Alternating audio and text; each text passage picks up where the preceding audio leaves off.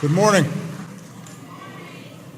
Secretary Carter, General Dunford, Mr. Hallinan, Major General Becker, members of our armed forces, veterans, and most of all our Gold Star families. I'm honored to be with you once again as we pay our respects as Americans to those who gave their lives for us all. Here at Arlington, the deafening sounds of combat have given way to the silence of these sacred hills. The chaos and confusion of battle has yielded to perfect, precise rows of peace. The Americans who rest here and their families, the best of us, those from whom we asked everything, ask of us today only one thing in return: that we remember them. If you look closely at the white markers that grace these hills, one thing you'll notice is that so many of the years, dates of birth and dates of death, are so close together. They belong to young Americans, those who never lived to be honored as veterans for their service, men who battled their own brothers in Civil War, those who fought as a band of brothers an ocean away, men and women who redefined heroism for a new generation. They are generals buried beside privates they led. Americans known as Dad or Mom, some only known to God. Mr. Hallinan, a Marine who then watched over these grounds, has said, "Everyone here is someone's hero." Those who rest beneath this silence, not only here at Arlington, but at veteran cemeteries across our country and around the world, and all who still remain missing, they didn't speak the loudest about their patriotism. They let their actions do that. Whether they stood up in times of war, signed up in times of peace, or were called up by a draft board, they embodied the best of America. As Commander-in-Chief, I have no greater responsibility than leading our men and women in uniform. I have no more solemn obligation than sending them into harm's way. I think about this every time I approve an operation as president. Every time, as a husband and father, that I sign a condolence letter. Every time Michelle and I sit at the bedside of a wounded warrior, or grieve and hug members of a Gold Star family. Less than 1% of our nation wears the uniform. And so few Americans see this patriotism with their own eyes or know someone who exemplifies it. But every day there are American families who pray for the sound of a familiar voice when the phone rings, or the sound of a loved one's letter or email arriving. More than 1 million times in our history, it didn't come. And instead, a car pulled up to the house, and there was a knock on the front door, and the sound of taps floated through a cemetery's trees.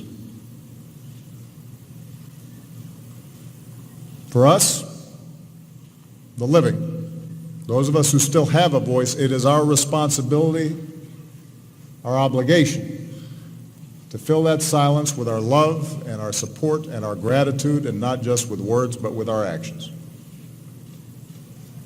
For truly remembering and truly honoring these fallen Americans means being there for their parents and their spouses and their children, like the boys and girls here today wearing red shirts and bearing photos of the fallen. Your moms and dads would be so proud of you, and we are too.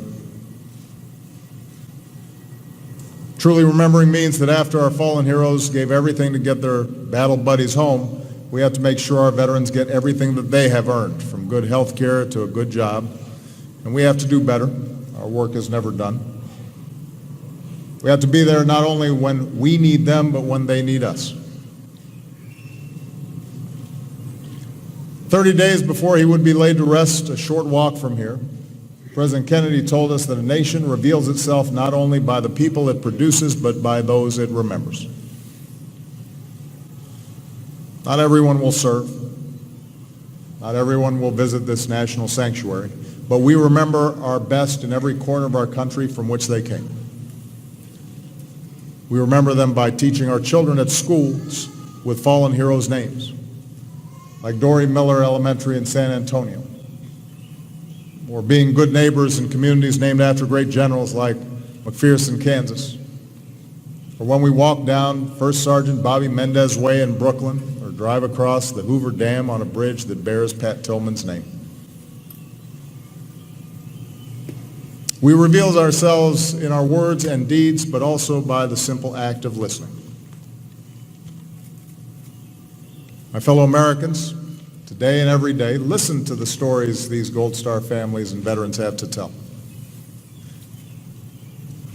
Ask about who he or she was, why they volunteered. Hear from those who loved them about what their smile looked like and their laugh sounded like and the dreams they had for their lives. Since we gathered here 1 year ago, more than 20 brave Americans have given their lives for the security of our people in Afghanistan. We pray for them all and for their families. In Iraq, in our fight against ISIL, 3 Americans have given their lives in combat on our behalf. And today I ask you to remember their stories as well. Charles Keating IV, Charlie, or Chuck, or C4, was born into a family of veterans, all American athletes and Olympians, even a gold medalist. So naturally, Charlie and the love of his life, Brooke, celebrated their anniversary on the 4th of July. She called him the huge goofball everybody wanted to be friends with, the adventurer who surfed and spearfished and planned to sail around the world. When the Twin Towers fell, he was in high school and he decided to enlist. Joined the SEALs because he told his friends it was the hardest thing to do. He deployed to Afghanistan and 3 times to Iraq, earning a Bronze Star for valor. And earlier this month, while assisting local forces in Iraq who had come under attack, he gave his life. A few days later, one of his platoon mates sent Charlie's parents a letter from Iraq. Please tell everyone Chuck saved a lot of lives today, it said. He left us with that big signature smile on his handsome face as always. Chuck was full of aloha, but was also a ferocious warrior. So today we honor Chief Special Warfare Officer Charles Keating IV. Lewis Carden was the 6th of 7 children, a Californian with an infectious wit who always had a joke at the ready to help someone get through a tough time. When his siblings ran around the house as kids, his mom, Pat, would yell after them, "Watch that baby's safety margin." And today she realizes that what she was really doing was raising a Marine. As a teenager, he proudly signed up. Louis graduated high school on a Friday. 3 days later, on Monday morning, the Marines came to pick him up. That was 10 years ago. One morning this March, a Marine knocked on his mother's door again. On his 5th tour at a fire base in Iraq, Louis gave his life while protecting the Marines under his command. Putting others before himself was what Louis did best. He chose to live in the barracks with his buddies even when he could have taken a house off base. He volunteered to babysit for friends who needed a date night. He just earned a promotion to mentor his fellow Marines. When they brought Louis home, hundreds of strangers lined freeway overpasses in the streets of Southern California to salute him. And today we salute Staff Sergeant Louis Carden.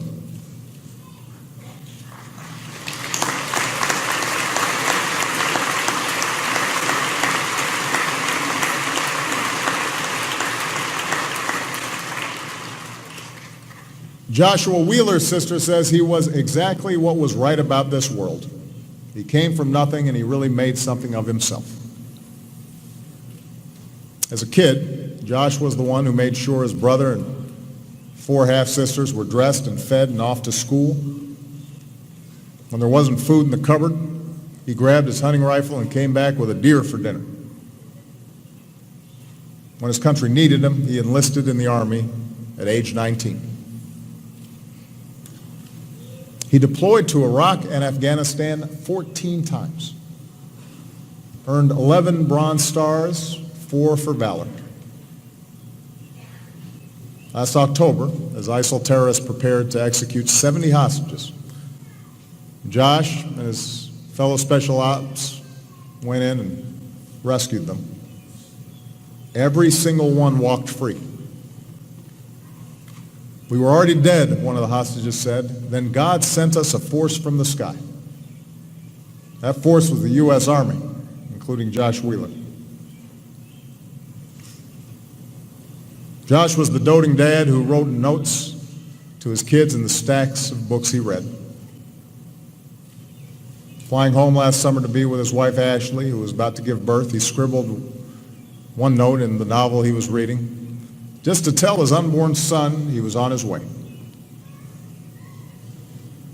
Ashley Wheeler is with us here today, holding their 10-month-old son, David.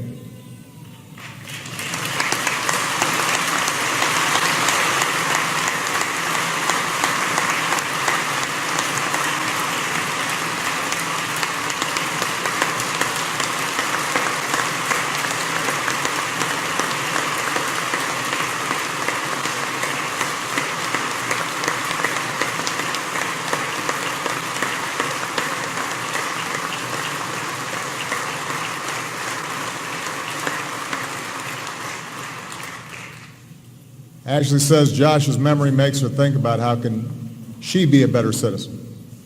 And she hopes it's what other people think about too. Today, this husband and father rests here in Arlington in Section 60. And as Americans, we resolve to be better people, better citizens, because of Master Sergeant Joshua Wheeler. You know, a nation reveals itself not only by the people it produces, but by those it remembers.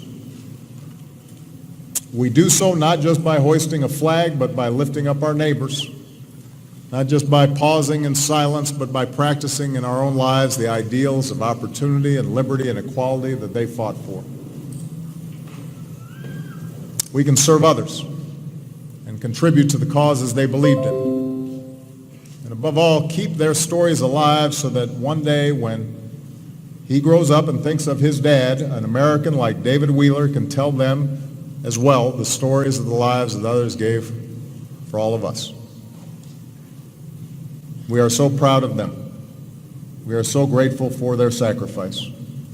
We are so thankful to those families of the fallen. May God bless our fallen and their families. May he bless all of you, and may he forever bless these United States of America.